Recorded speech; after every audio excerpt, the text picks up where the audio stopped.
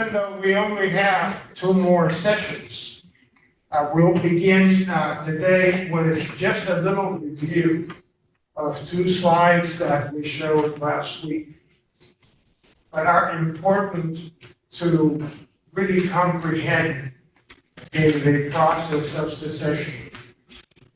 These are the slides that describe what happened to the southern states at the time that it was recognized that Lincoln and the Republicans had been elected. They had been planning for this for years. They had had messengers going back and forth. They had had meetings about how to go about if a Republican administration was elected. And the main problem was that the Republicans in 1860 were the first administration ever elected that was clearly against slavery. That's the key thing, it was clearly against slavery. The platform was very, very clear. We oppose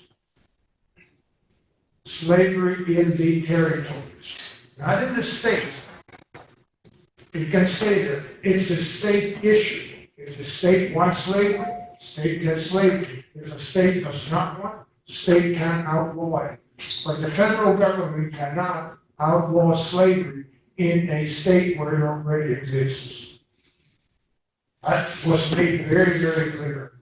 Where it exists, it will stay as far as we're concerned. The territories, that's another issue. We are not going to give in on this under no circumstances. And Lincoln made it very, very clear at the inaugural address, the same way that he had made it very clear at Cooper Union.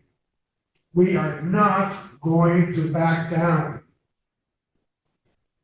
No slavery in the territories. He made it very, very clear, and he was very, very emphatic about it. What were the people afraid of? Well, the southern states were afraid that the Republicans would come in and appoint judges, DAs, marshals, postmasters, and by joint effort, they would make the economy of slavery collapse. They were afraid that these appointed individuals would really ruin their economy. Whether they had reason for that one way or another, it's debatable. But that was the fear. Fear was a big factor at this time. Similarly, they were afraid of slave insurrection. The wounds from Harper's Ferry were still very fresh. When John Brown had gone in there and killed how many people? 17 people or so. That was very, very fresh in people's minds. Because John Brown had also made no bones about what he was about to do. He wanted to take over the arsenal.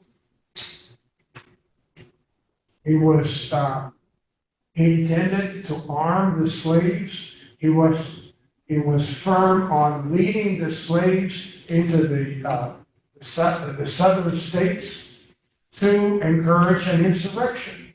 And people were afraid of that. That was the second thing.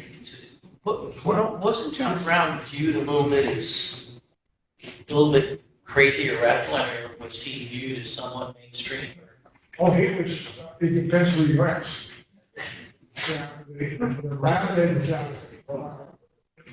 the one side thought that he was nuts, the other side thought that he was the saint, that he was a leader, that he was a hero, that he was a martyr. It all depends who you ask. And those things in politics haven't changed. Who you ask.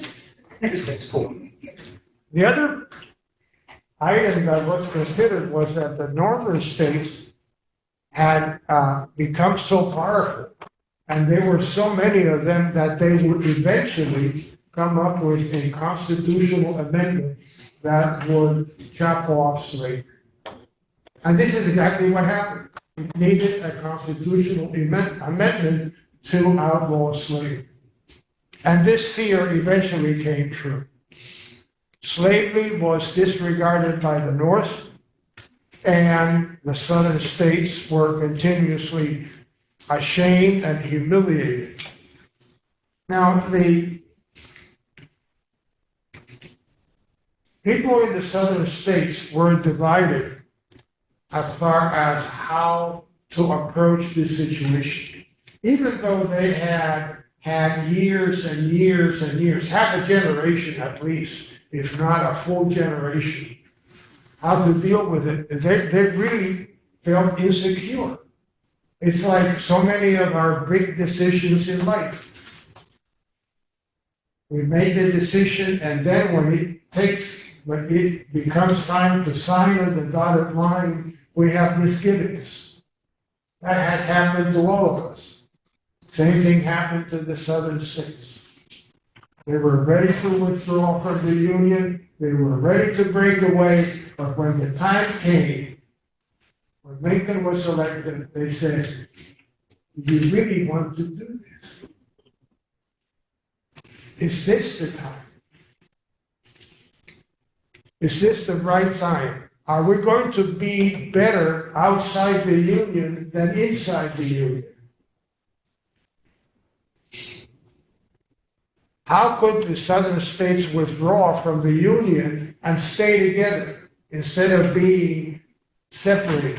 Suppose South Carolina, broke away from the Union, and Florida and Louisiana. They were away from each other. How could they maintain a union if they were away from each other? Their lines of communication would break down very, very easily. Oh, there was the telegraph. Cut the cables. Very easy.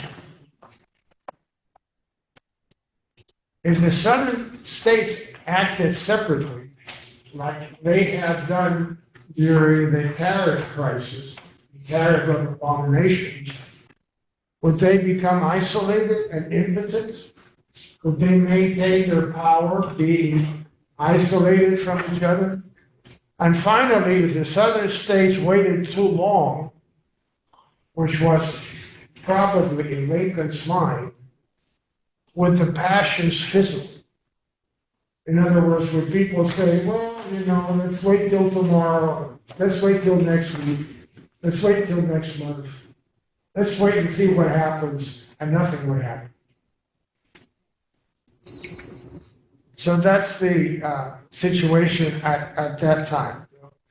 When Lincoln was elected, in that time between early November and late December, the Southern states were really in a state of confusion as to what to do and how to approach the situation. Let's see. We went through all these, and then the great turning point came in November when, number one, the governor of Georgia urged the legislature to call a state convention. Up until then, just South Carolina had moved. Then in November, Georgia moved. In other words, South Carolina would not be alone anymore. They already had two and more in common. So this was a critical moment when the governor of Georgia called a state convention. Chestnut announced that he was in support of secession. And then when they opened up the railroad between Savannah and Charleston, they threw a big party. The big party was intended to celebrate the opening of the railroad. It meant a lot more than that. It meant that the two cities, the two states were together, and they had a lot to celebrate. All right? So this is what I wanted to review so that we all know where we stand at this time.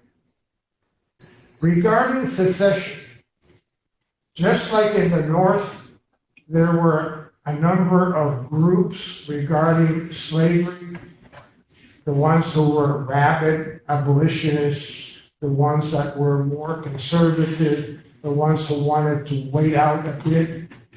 The same thing happened in the South. There was a group that wanted to secede immediately. We should all secede right now. There was a group that said, well, let's wait.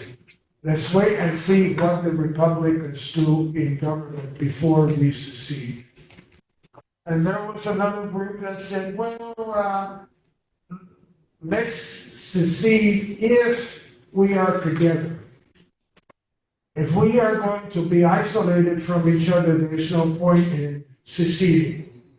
So there were a number of groups within the South that were split regarding the concept of secession.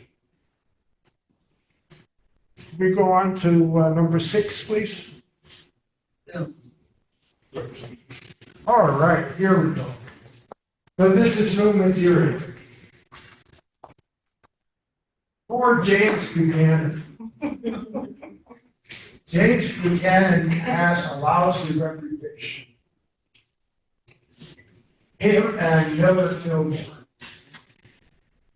Both of them we have discussed in previous classes with the vice presidents and the like, trying to understand the person.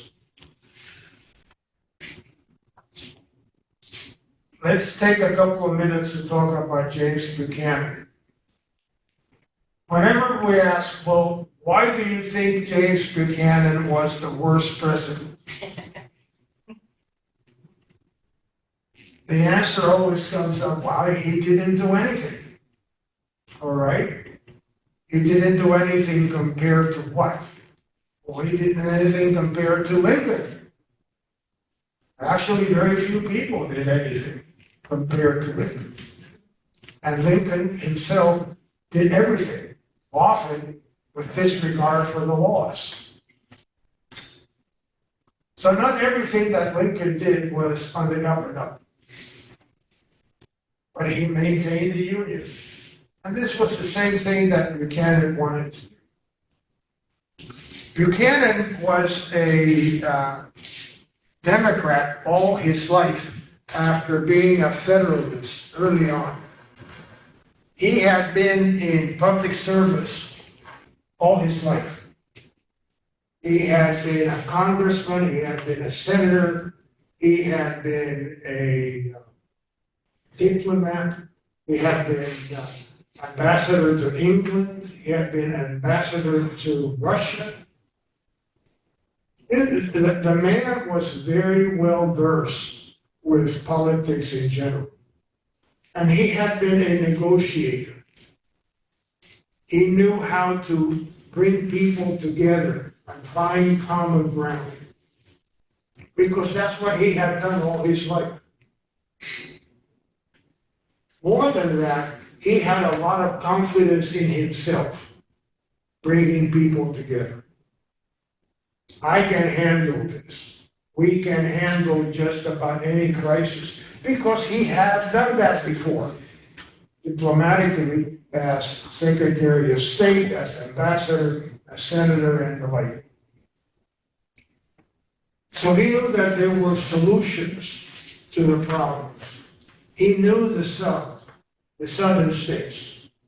He knew how they felt. He knew their economy. He thought he knew how to deal with the crisis. But he also had fear.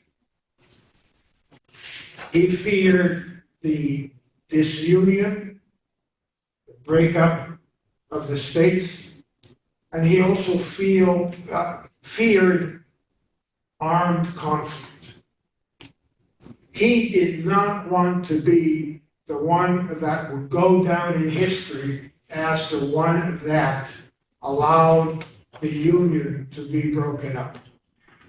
At the same time, he did not want to be the one that would go down in history as the president who began the Civil War.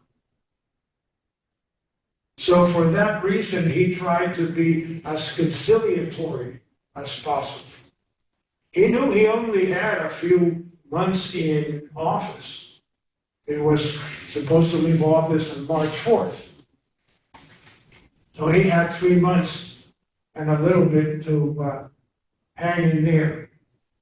So he didn't want, number one, any more states leaving the Union, and he did not want any armed conflict to arise while he was still president.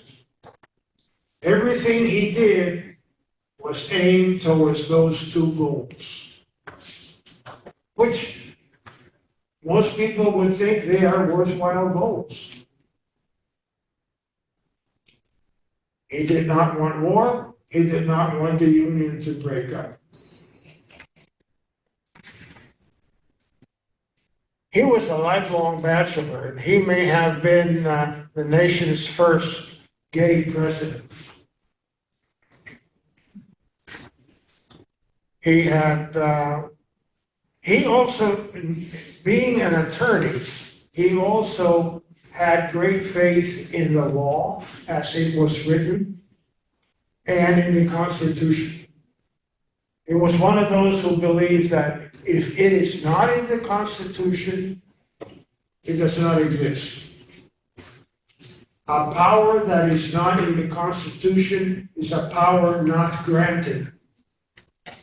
If the Constitution says the president can use the army to suppress a rebellion, which it doesn't, cannot be done.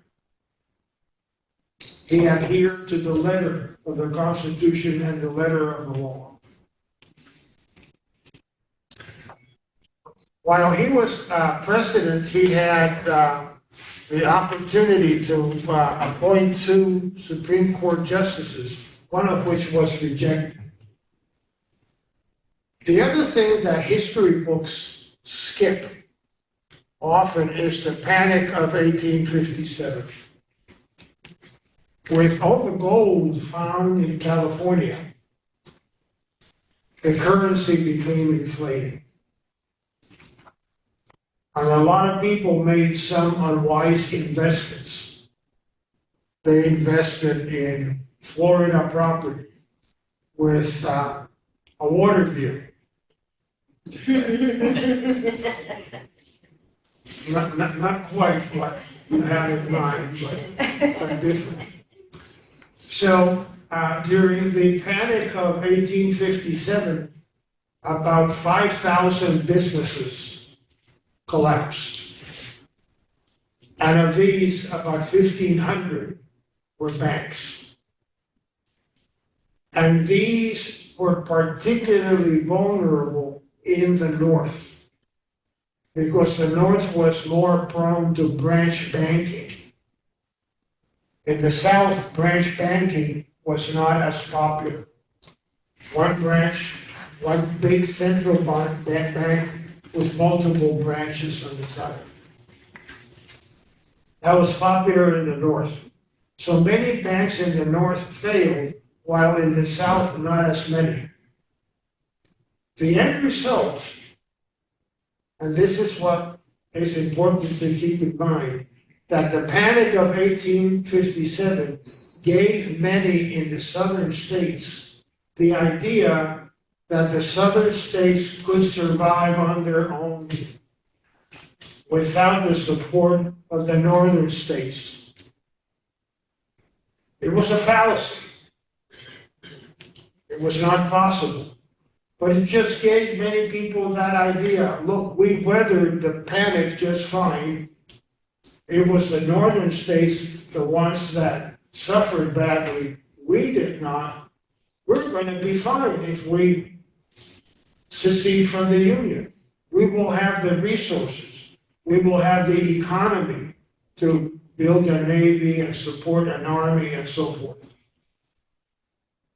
Is this concept clear about the panic of 1857? 57. Monroe vetoed the Homestead Act and the Morrill Act. You're familiar with those, aren't you? The Morrill Act when the government promised 160 acres for anybody or any family that farmed the land for 5 years, they would get title to it. And then the Morrill Act is the act by which the federal government gave the states land to build colleges and universities. So whenever you see Ohio State University, that land came from the Morrill Act. Iowa State, that land was granted by the Morrill Act. Virginia Tech, all those colleges that we regard today as Ivy League for the public, they all came from the specifications of the Morrill Act. He settled the issues about marriage and polygamy in Utah. He had a fierce battle with Jefferson Davis and Stephen Douglas over Lecompton.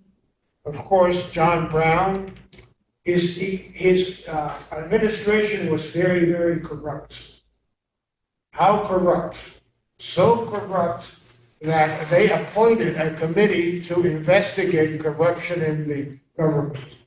The COVO committee, not the COMO committee, no, the COVO committee.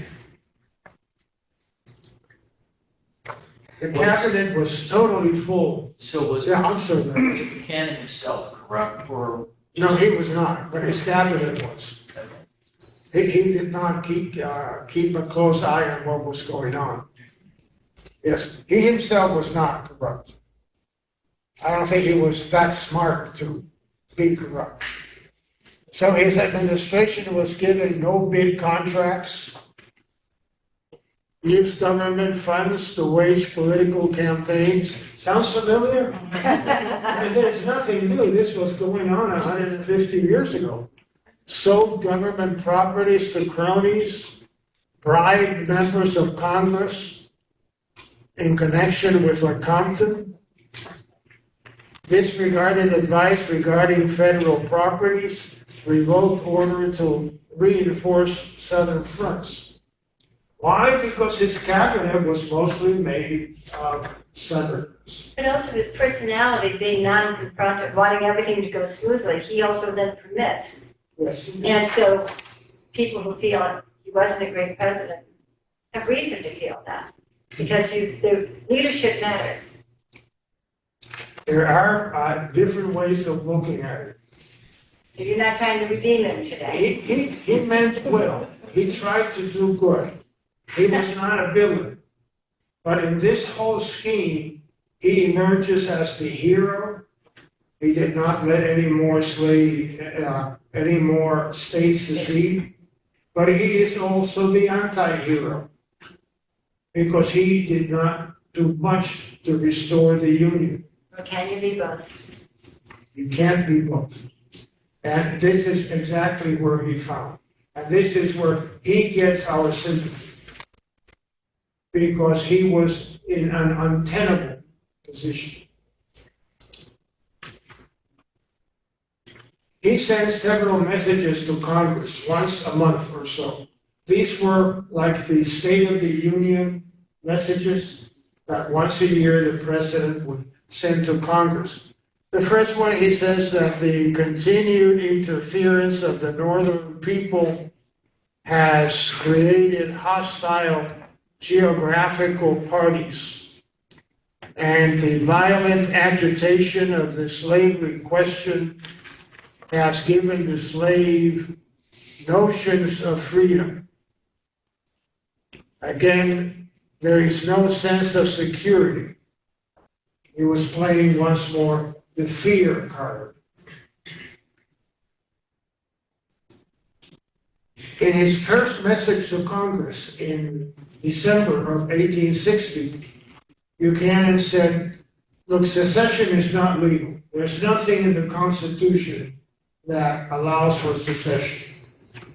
Number two, on the other hand, the government, the federal government, does not have the authority to coerce, to force a state into submission.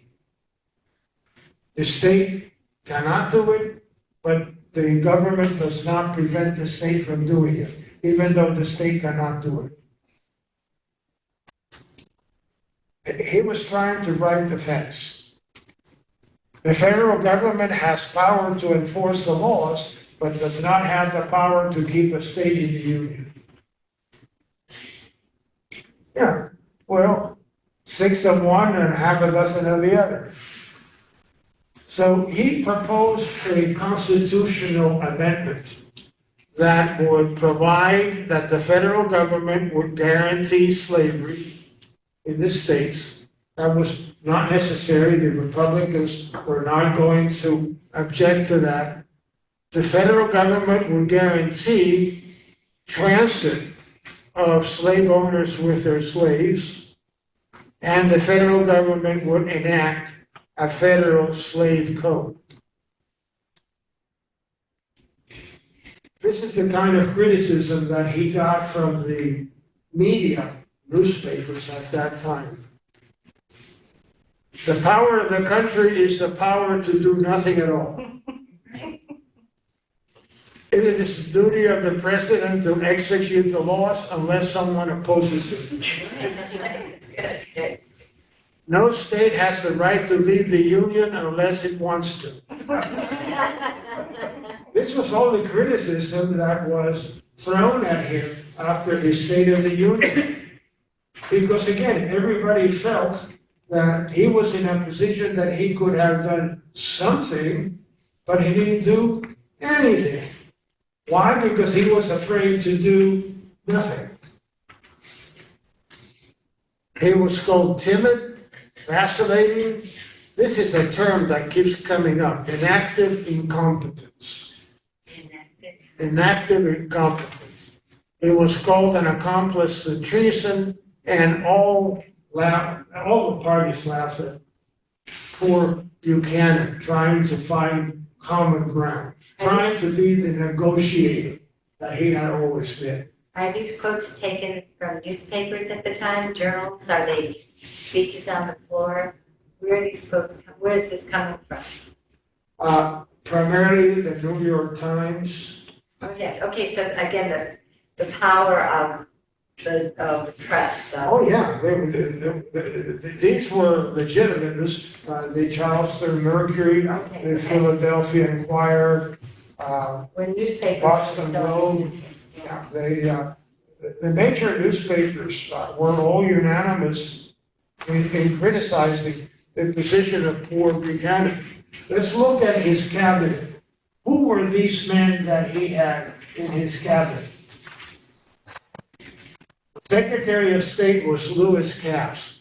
Lewis Cass, very much like Buchanan, had been a very, very active, honorable, and recognized statesman. He had been military governor of Michigan. He had been in the U.S. Senate. He had been Secretary of War, ambassador to France. He had run for the presidency with the Whig Party, but had not won. And he was probably the one who came up with the concept of popular sovereignty. That is, let the people in the territories decide whether they want slavery in the territory or not slavery in the territory. That was probably his idea.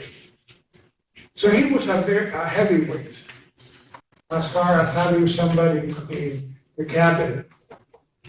But Mr. Cass was advanced in age. He was not as young as he used to be. He was ill often. He was often absent. He was often away at his home in Michigan. He was not there all the time. He hid in his basement in Delaware. He just was not there on a routine basis. So even though he was 78 at that time, and 150 years ago, to be 78 meant a lot. There was a It's lot nothing of. now. We know that, I'm with you. 100% with that. Get our vote. Sure, you're listening. So he was not around as often as he could have been, or should have been, or had been before. So that was the Secretary of State. In his stead, William Trescott was the Assistant Secretary of State. He was from South Carolina to begin with. He was one of the secessionists. He made no bones about it. And he felt no guilt about leaving the Union. He was for secession of his state of South Carolina. He tried to convince Buchanan not to reinforce the properties and to abandon Fort Sumter. After his resignation in November, he stayed in Washington as a spy, so-called liaison officer. He eventually served in the Confederate Army. So for all practical purposes, the acting or actual Secretary of State was a conspirator against the government. He was openly for South Carolina. There was no question that this man was not an unionist. More to come. Howell Cobb was Secretary of the Treasury. He had been governor of Georgia and Speaker of the House. He resigned before Georgia seceded, and eventually he became president of the Congress of the Confederate States and a major general in the Confederate Army. So that's 2 out of 2 that were against the Union. Do they have to be confirmed by the Senate? Do these positions? Yes, well, these people, So there they was- were confirmed by the Senate way in 1857. And at that time, secession was not an issue. And the Senate was also largely in Southern hands. So they were not going to reject one of their own. There's more to come. John B. Floyd was a piece of work. He was Secretary of War. He had been a governor of Virginia, and his father had also been governor of Virginia. He allowed one of his nephews, I think, to embezzle almost $1 million worth of Indian bonds. And this was money that was lost right underneath the nose of the administration. He also sent large stores of arms to arsenals in the South where they could be captured. And he did it this way. This shipment didn't go, but he had a whole bunch of cannon, artillery, sent from Washington and Maryland to Pittsburgh. And from Pittsburgh, it was going to go by water to the South. Well, I think that some of the stealers there found out about the guns, and they held it. So these did not make it down. But others did through what is now West Virginia into the rivers leading to the Mississippi. That's how he did not send them directly, but routed them through several of the other ports. Still more, James Thompson was Secretary of the Interior. This man, who was Secretary of the Interior, was from Mississippi, and his state of Mississippi, has specifically named him an ambassador or an envoy to North Carolina to try to talk them into secession. So while being Secretary of the Interior, he was also on the payroll of Mississippi trying to convince North Carolina to withdraw from the Union. He eventually ended up in Canada as leader of the Secret Service of the Confederate States. That was that was quite a cabinet. That's the kind of advice. That's the kind of advice that Buchanan was getting. Let them go. Feed them up. Withdraw from the Union. Neglect the Union.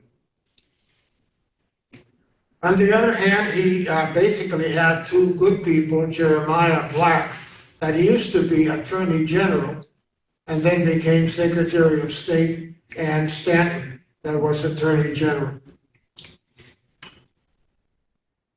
All right, so the election takes place and the new Congress is not going to be seated until the following winter.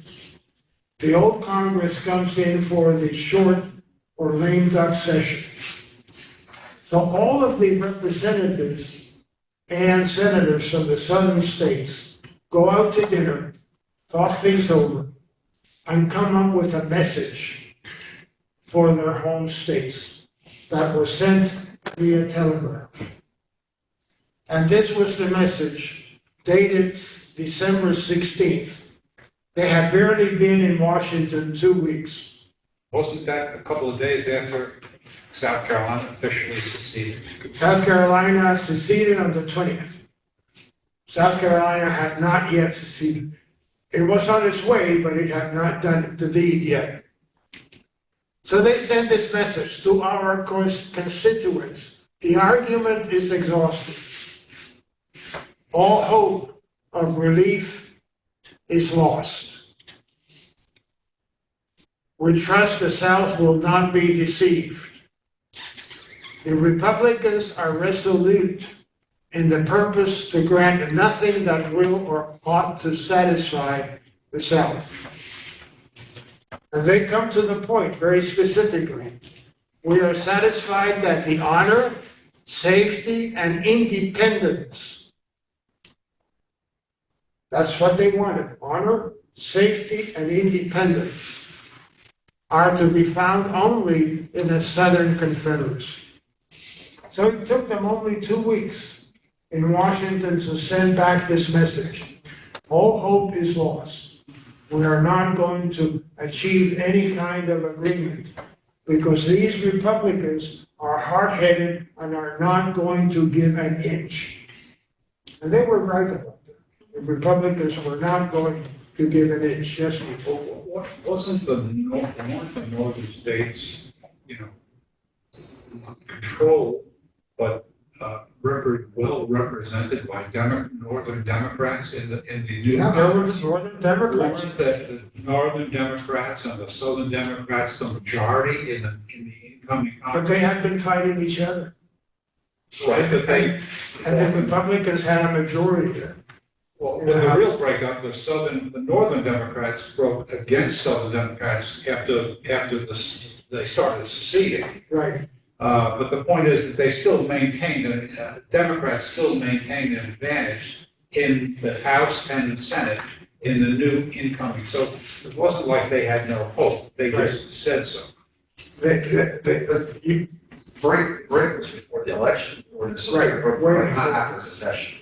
Right before the election. Yeah, for election. They did come up with a Corwin Amendment. What happens now is that there is a desperate number of moves to try to keep the Union together. Everybody's desperate. The House of Representatives is desperate. The President is desperate. The Senate is desperate. The states are desperate. Why? Because all of a sudden the magnitude of the crisis is on them. They realize that this is going to be big trouble This is for what Buchanan everybody. didn't want. This is exactly what Buchanan didn't want on his watch. This is the problem. How did they deal with this crisis? Or what were their attempts? This is what we're going to discuss in the time we have left.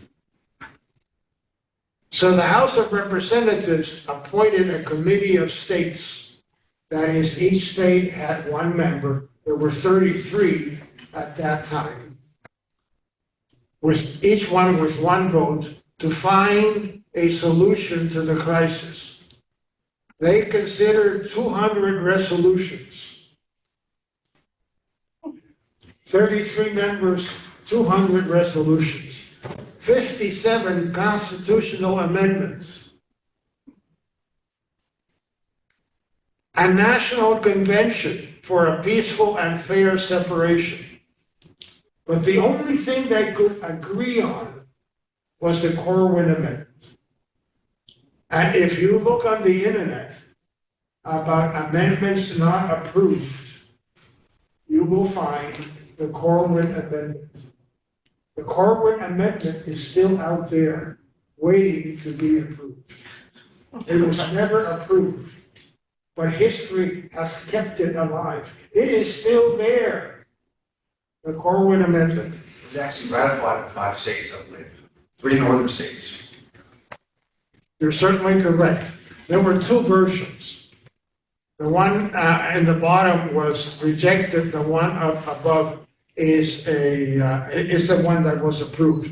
No amendment shall be made to the Constitution that will authorize or give to Congress the power to abolish or interfere with the domestic institutions thereof, including that of persons held to labor or service. So this is a power denied amendment. This amendment denies Congress the power to interfere with slavery where it exists. If you have read the Constitution, Constitution goes preamble, legislative powers, powers allowed, powers denied.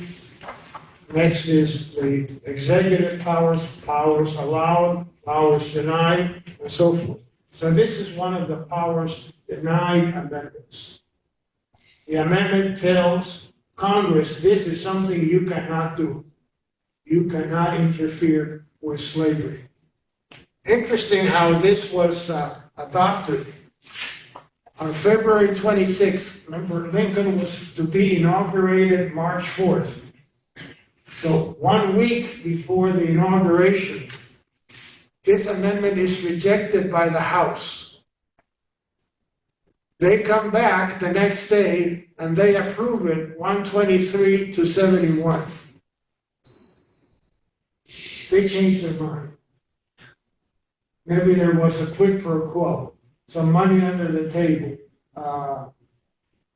maybe a bottle of whiskey. That's all it took. They've reached another agreement, I suppose. But this was not enough of the 2/3 necessary to approve. So they come back yet the next day on February 28th, and they finally approve it 133 to 65. They were going to get that amendment approved one way or another, even if they had to bring in the cadavers to vote, and they did. In the Senate, it was approved on March 2nd, one day actually before Lincoln was inaugurated, by a vote of 24 to 12. Barely made it, but it was approved. It was sent to the states. Apparently about seven states ratified it. Yes, please. If there were 33 states at the Right. time, it would have been 66 senators, Right, and only 36 of them voted. right. How come? Because most of the southern senators had resigned. They did not come back to Washington. And that was the only way that Iowa, for example, got admitted, not Iowa, I'm sorry, Kansas was admitted into the Union. Because the southern senators had not come to Washington and did not vote. Did I answer your question? Yeah. Yeah, they were absent, they were away. So the Corwin Amendment was sent to the states and it's still active. It's never been ratified, will never be ratified. It was President Lincoln that sent it to the states. I'm so sorry, say It it was was, President Lincoln who actually sent it to the states. my hearing is poor, my Okay, apologies.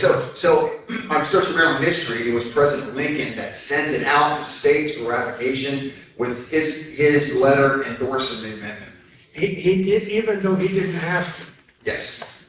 If you read the Constitution, any amendment bypasses the president. The president has nothing to do with the amendment process. In this case, Lincoln sent it to the states with an endorsing letter. Hoping to avoid the war, hoping to settle the controversy, at least. Hoping against hope. Trying to respect the Respecting the right. Constitution, he promised that he would not, enforce and force slavery on the southern, or force the abolition of slavery on the southern states, and he was keeping his promise. Right. And of course, Only in the territories. Only in the territories. The issue was not the states. Slavery was an issue with the states. It was a state issue. Only a state could abolish slavery, like the northeastern states had done. But the federal government did not have the power to abolish slavery in the states. Only the state itself could do that. What was then the reaction of the Southern leaders? Robert Toombs said, of course, secession is the only hope. Robert Barnwell Rhett proposed a conference in Montgomery to form a new government. They had this all planned. All this had been planned for years, at least. Robert Toombs was from Georgia. He was an attorney, quite fiery. He was known to say, strike while it is yet time. Quite volatile. And he stated in Congress, and this is history, we want no Negro equality, no Negro citizenship. We want no Negro race to degrade our own. He made no bones about it. He did not want to grant the Negroes any kind of civil rights. He was the Confederate Secretary of State. He eventually fled to Cuba after the war. Robert Hunter was originally in 1860 a potential candidate for president. He was one of these up-and-coming young men at that time, perhaps a little overweight, but some Wegovy would have probably worked out just fine. He was a planter from Virginia. He studied law. He was the Speaker of the House when he was in his 30s. So he was certainly a star coming up. He was a candidate for president. He was Confederate Secretary of State and a slave supporter. He was not much of a secessionist himself until 1861. He was one of those who said, let's wait. Let's not move until we have a really good reason to withdraw. Robert Barnwell Rhett was, again, another one of the fire eaters. He was an attorney general in South Carolina. He was in the Senate, in the House. He became a member of the Provisional Congress of the Confederacy, and he was one of the men that drafted the Confederate Constitution. he was also the editor and publisher of Charles the Virgin, very important, and his influence went far beyond. the state of Absolutely. South Carolina. Absolutely. There were a lot of these, the Confederate States, the point we're trying to make, they had dedicated men that were very, very educated and very able men from the beginning to the end. Edmund Ruffin had this beautiful hair. we all know women who would love to have beautiful hair like that. Not only that, Ruffin was an early agronomist. He did a lot of research on his plantation. He was the first one who paid attention to the pH of the soil. And he wrote a lot of scientific papers about acidity and crops. But he was certainly an advocate of states' rights, slavery, secession, and armed conflict. He was apparently one of the first ones who fired a gun on Fort Sumter, even though he was from Virginia. He and Roger, the other primary Virginia secessioners, knew about what was going to happen. Right. So they took the trip down to Right. Charleston Right. and were given the honor of, firing the first cannon, just to demonstrate that Virginia is an integral part of. Absolutely. It's described in Eric Larson's book. I had a chance to read that, yeah. He was such a rabid Southerner that when the war came to an end, he committed suicide rather than submit to Yankee rule. What happens then? This is the history of secession.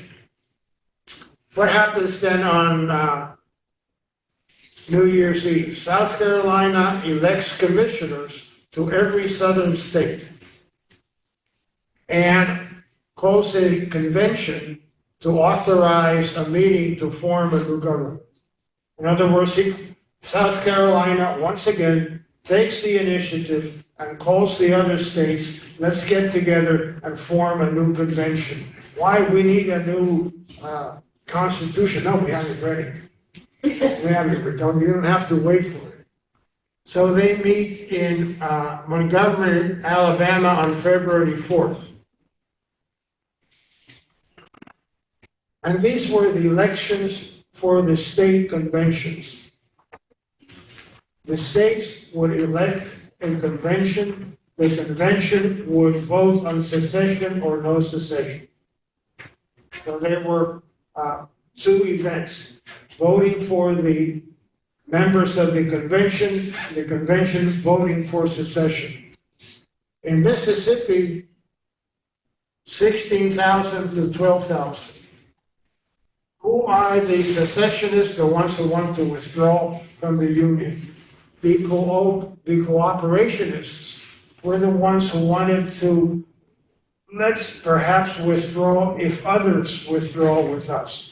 Let's not go ourselves. We cannot do this on our own. Florida, 60 to 40%. Alabama, 35,000 to 28,000.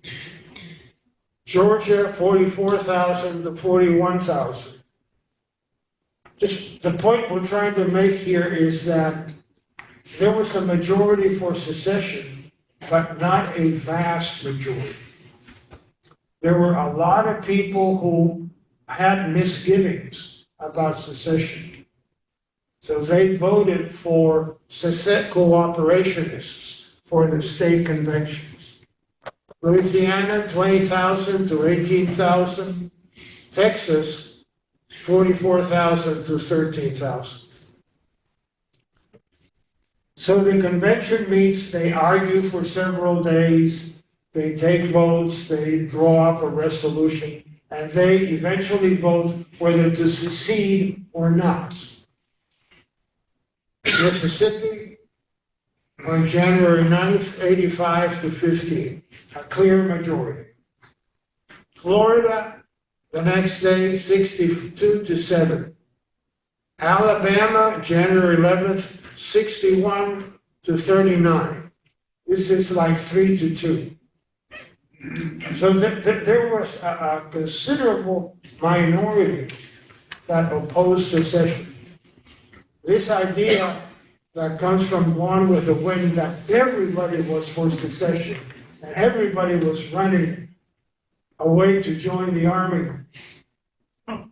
It was not quite like that. There were cities like Charleston where there was a lot of celebration. But generally speaking, there were many groups that opposed secession. In Georgia, 208 to 89, about 2-1, but still a considerable minority. Louisiana and Texas, a considerable majority. The delegates met in Montgomery at the beginning of February, and 3 days later adopted the Confederate Constitution. Question. Yes, They showed that past diagram. What that didn't show was the states that never even sent delegates to Montgomery. North Carolina, I'm sure, was invited. Tennessee, Arkansas, the slave states were all, including Maryland. They didn't even show up. So that should be part of the equation when you're looking at the issue of secession. those slides are coming up. Thank you so very much. Let's we forget. They're perceptive and accurate, but those slides are coming up. Those were the slave states that did not secede. So we were in Montgomery when they elected Jefferson Davis for president and Alexander Stephens of Georgia as vice president. Jefferson Davis delivered his inaugural speech on February 18th. There's the slide that you wanted. Those were the slaves that did not secede in the winter of '61. Virginia voted 32 for, 120 on the negative. Tennessee, 24,000 to 88,000. Arkansas, 27,000 to 15,000. Missouri, 30,000 to 110,000. North Carolina, 47,000, 46,000. That's just against the state convention. Right, that's for the convention. Then Kentucky against Maryland way back in April. That was the spring of the discontent.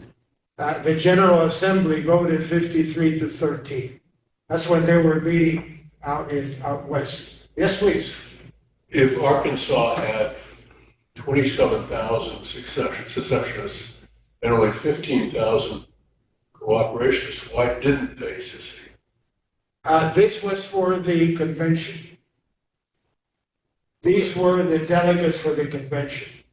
So for delegates for the convention in Arkansas, it was 27,000 for secession conventioneers versus 15,000 for cooperations. So they had a majority in Arkansas. And they had did have a convention, didn't they? They had a state convention. Yeah. And then they decided not to secede. Right. That is correct. I think that's what he's asking, yeah. So they have the convention. Raymond, the 13 to 53 for Maryland, that was for a HAB convention. Say it again? That was a HAB sovereign convention. Right. They on 2 days, 3 years earlier, the legislature of Maryland put out that the legislature itself had no authority to secede Maryland. And then on the 29th, they put out, we're not gonna have a convention either. Right. So that's for a convention, not for really secession. Yeah, the story of Maryland and secession is a separate chapter that we will take up next week.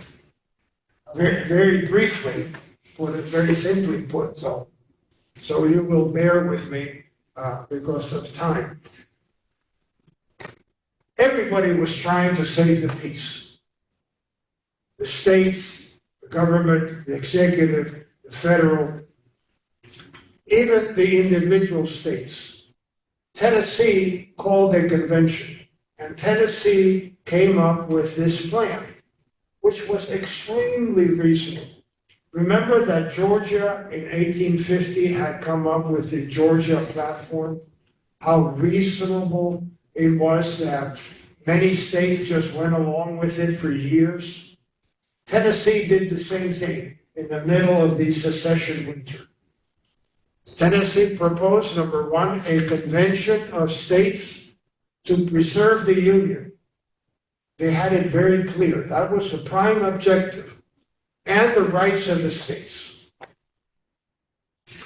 Constitutional amendments that would recognize slaves as property, protect them in transit, confirm the Missouri line, the Missouri Compromise line to the West Coast, deny Congress the power to abolish slavery, the same thing that the amendment, the Corwin Amendment proposed, reimburse owners of fugitive slaves, and make amendments permanent and final.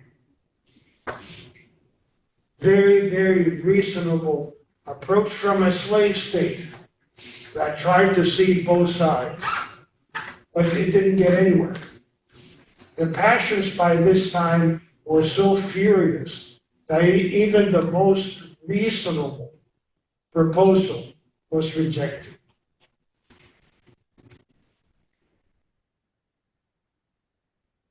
At the same time that South Carolina rejected, at the same time that South Carolina seceded from the Union, and other states went the same way, they all came up with a statement as to why are we seceding, like a declaration of secession.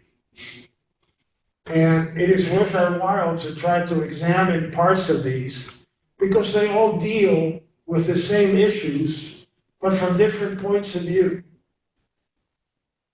The issues are the same, but their emphasis is different.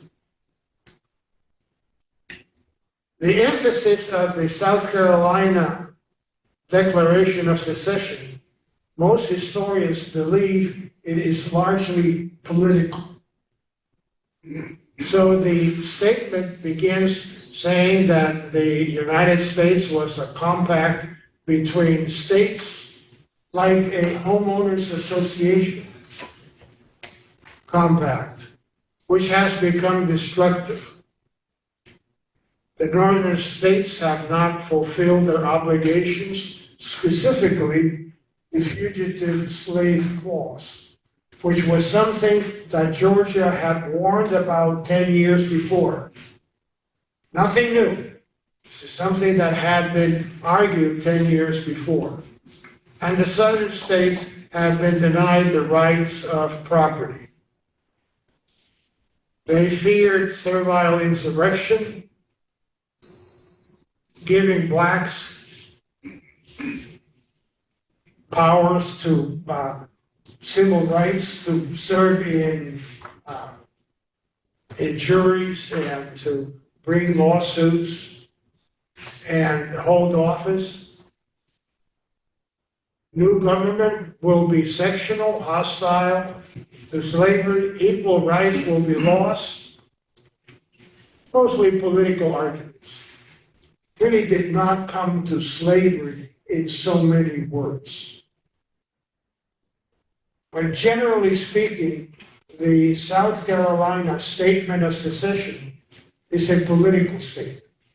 We withdrew from the Union because we were unhappy with the way the Constitution was being followed or was being neglected. On the other hand, Mississippi makes no bones about it. Mississippi goes directly to the point and says it's the institution of slavery, the greatest material interest in the world. Mississippi says it was slavery that drove us apart, because slavery is the pillar of our economy. Not slavery because of slavery, not slavery because of racial issues, not slavery because of fear. Slavery because of interest. Slavery because of wealth. They made no bones about it. There was no choice but submission to the mandates of abolition or a dissolution of the Union. For us, it was either give up slavery or split the Union. But every fiber need fights against this and fights against looking at slavery as just economic, which it is. These are a bunch of white men who own slaves and have a sense of being gentlemen and have a sense of their importance to society. And if you're telling them slavery is wrong, you are saying they are immoral. And I think that's their motivator. I think they're pissed off. And so they're putting it into economic terms, but I think their feelings are being hurt because the Northerners are telling them they're not good people. Simply put. Yes, please. These are statements by the legislatures. But you're a bunch of white men. Right. Well, I'm saying, I want to finish. Yes, you're right. Listen to the I white lived in Georgia for 10 years, so I know the Georgia one even better. It's very much like Mississippi. On the other hand, what this doesn't tell you is that this was largely the statement of the wealthy slaving owner class who ran the legislatures. This is not the statement of the 75% of Southerners who were living hand to mouth, who were non-slave owners, and who this did not speak for. Interesting. And they lived in fear of abolition of slavery, and that's why they followed this. And these legislators controlled the press, like Today. like the guy in the Mercury.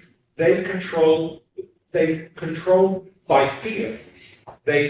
The fear of insurrection, the fear of another Denmark Vesey in South Carolina, another Turner in Virginia. They controlled the Southern people by fear. There were no daily news. There were no TV shows where you could get the other side.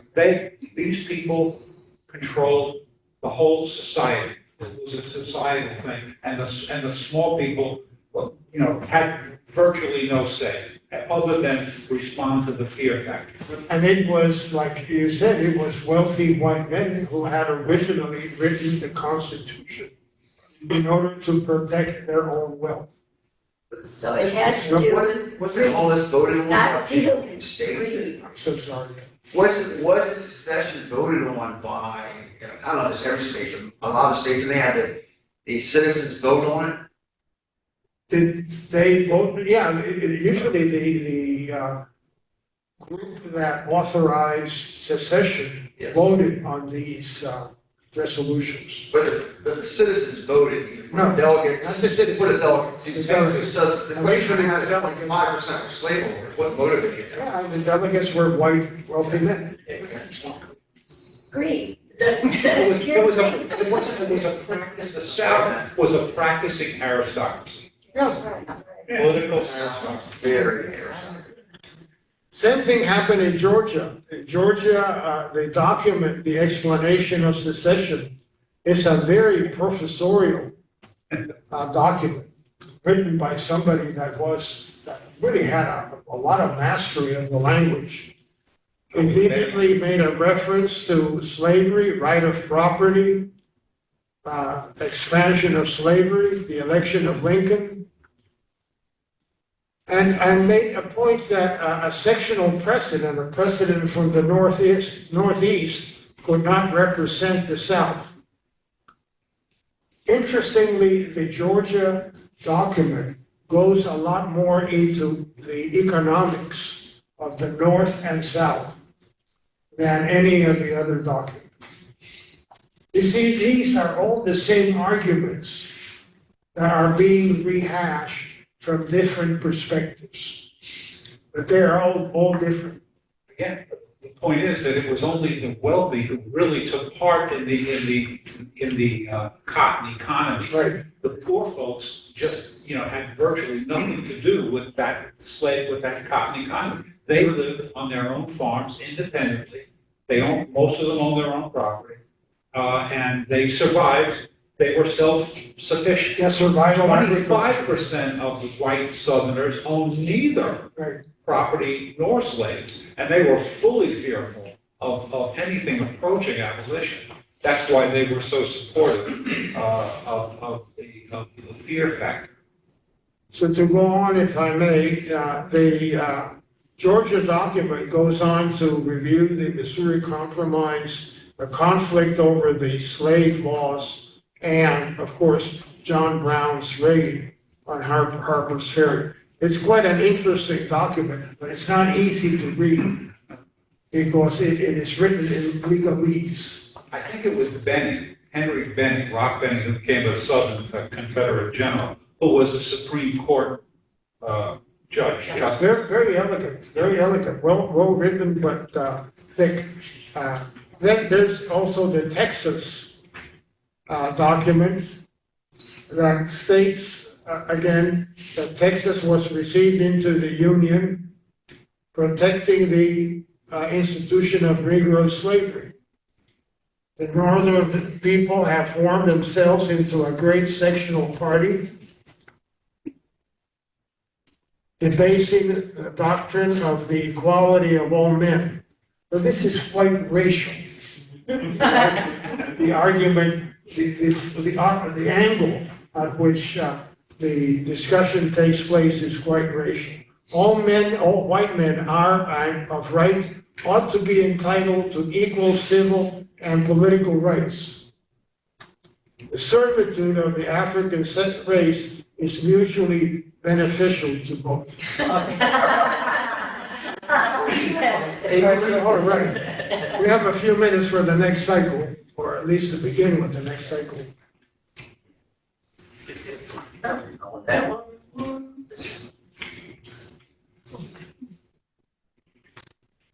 Good. The next thing that happens is they approve a constitution for the Confederate States. The Constitution is sent to the states, but it takes them way over a year to have it ratified. The Constitution of the Confederate States is very interesting to read because on the surface, it is very similar to the Constitution of the United States.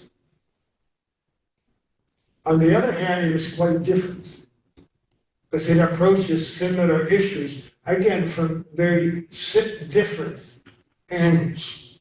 Beginning with the preamble.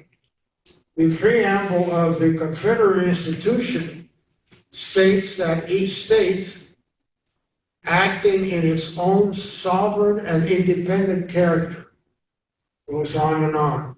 Permanent federal government instead of a more perfect union. And then they even bring in God, which is nowhere in the U.S. Constitution, invoking the favor and guidance of Almighty God. So to begin with, there are a number of differences between the two documents. But the general architecture is basically quite similar. Article 1 deals with the legislative. Number 1, non-citizens cannot vote.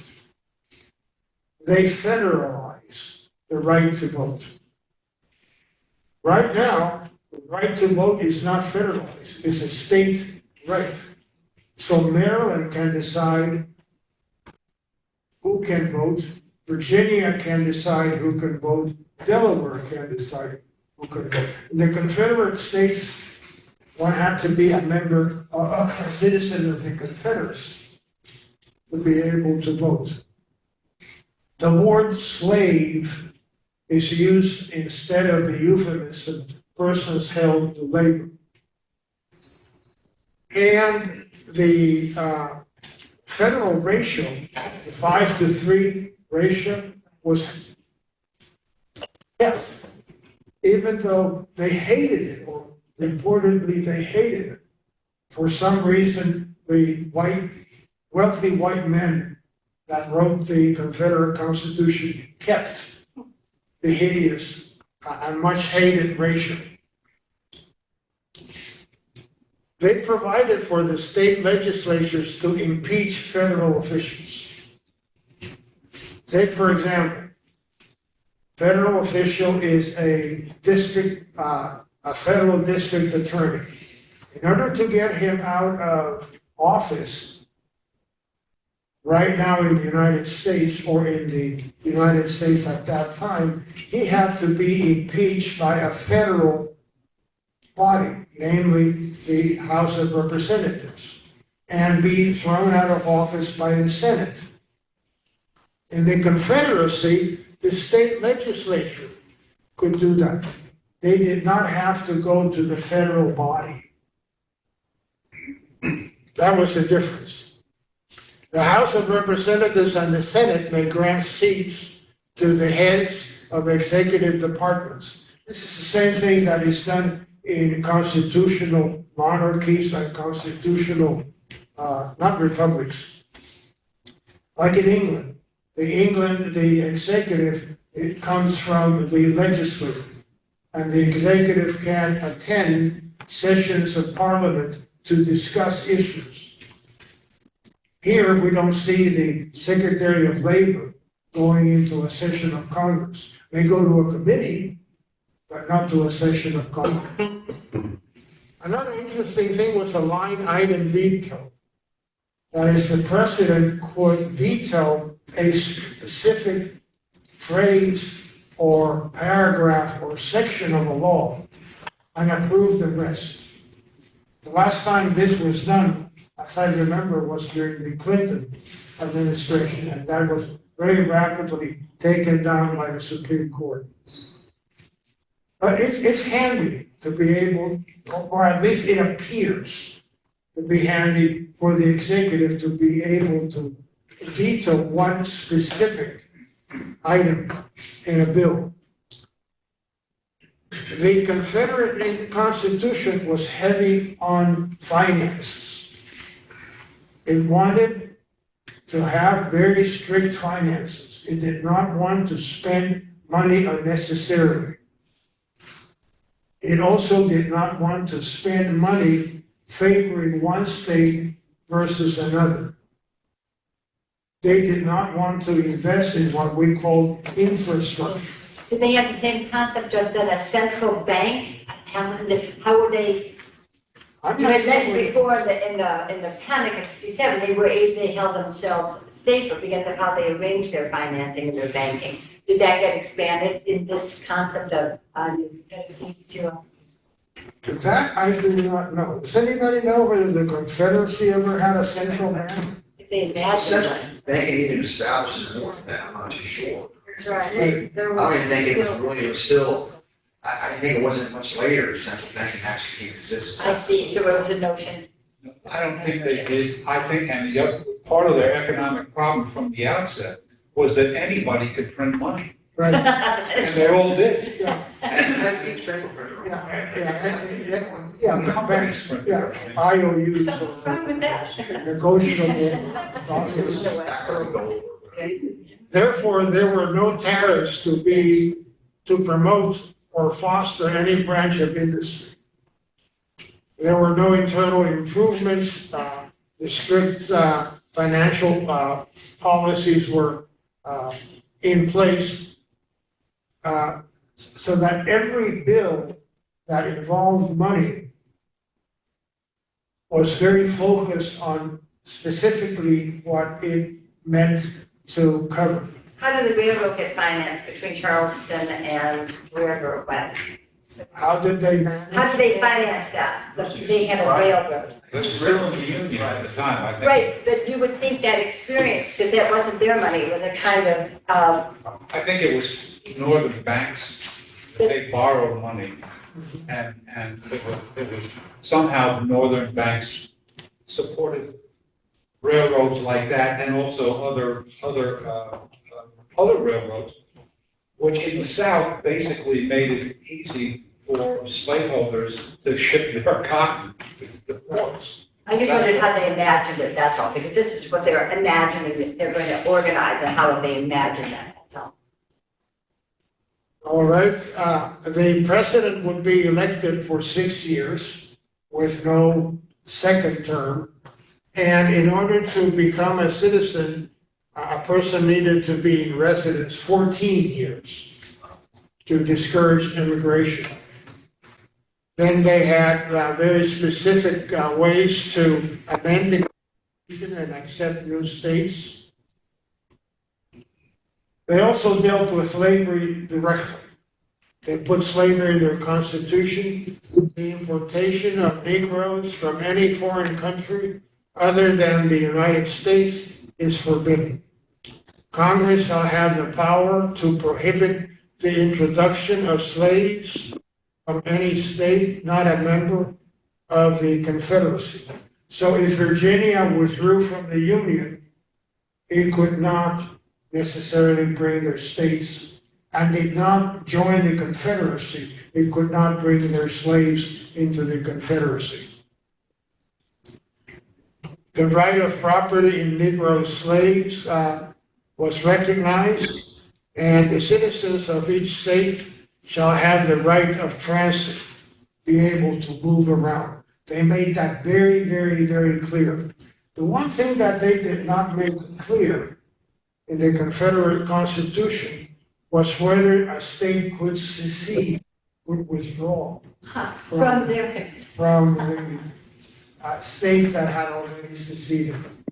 And the rationale that is in the history books is somewhat like this. If they were to put in such a clause, it would implicitly grant that what they had done was illicit. Remember, the Constitution specifies powers and denies powers. To put that clause into their Constitution would mean that they implicitly agreed that what they had done was not right. So for that reason, they left it all out. So you're saying they believe it's an applied power that they could secede that? Is that right? Okay, run That this it by was me. implied Yes. that they could secede, but not put it into Right. their constitution. That's it. They left it alone. The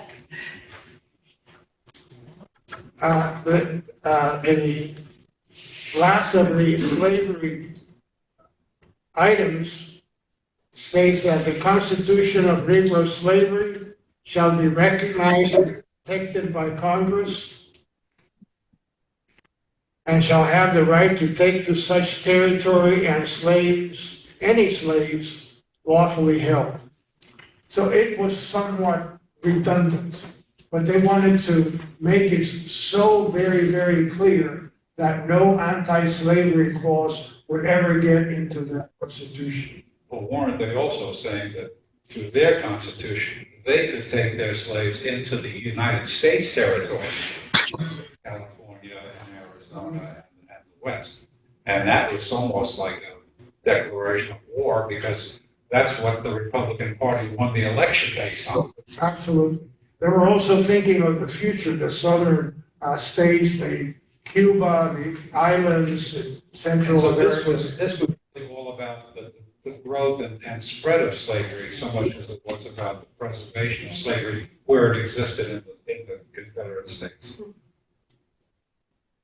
So to finish up with these ideas, the southern states have seceded, they have formed their own government, they have their own capital. So far, there have been no violence, which is not correct. 2 shots have been fired, only 2, but we'll come to that eventually. But otherwise, no injuries, nothing bad had happened. What was the understanding of the various parties at this time? This is right in the middle of their winter, of their discontent. Number one, people in the North said, well, you know, those people in the South, they're going to go through this process of secession, but they're not going to take serious. They're going to stay in the Union. As soon as they realize how good they have it, or how bad they may have it, they're going to be in the Union. Maybe South Carolina, but there are a lot of Unionists in those southern states. During that winter, most everybody could see that there were only 7 states that had seceded. And the most populous states were Virginia and North Carolina. They had not seceded. There were more slave states that had remained in the Union that there were slave states that had withdrawn from the Union. So during that first wave of secession in December and January of 61, only 7 states withdrew from the Union. If there is conflict, it will be brief. The northern states really will not fight the southern states. Because there were a lot of people in the north, newspapers who said, hey, you want to leave? See you later. See you when you come back. We're staying right here. There were a lot of people who were, well, why are we going to fight over something intangible? We're not going to fight. The European powers will recognize the constituency because they need cotton, long. And they knew where to go for more cotton. They had their warehouses full of backup cotton. They were not going to recognize a nation that had slavery. Military skills and elan, grace, elegance. This Yeah, gentleman. all that will overcome industrialization, but they forgot about bullets. Elan does not stop bullets. Grace and elegance does not. Finally, Lincoln and the Republicans will compromise to avoid conflict. Lincoln made it very clear from the very beginning, we are not going to compromise over slavery into the territories. We want the election fair and square. This is going to be the platform, and on this platform we will stand. So with that, all those misconceptions, we'll stop here and resume next week with Jefferson Davis. Not commencement, but inaugurations. Thank you. All right, thank you very much.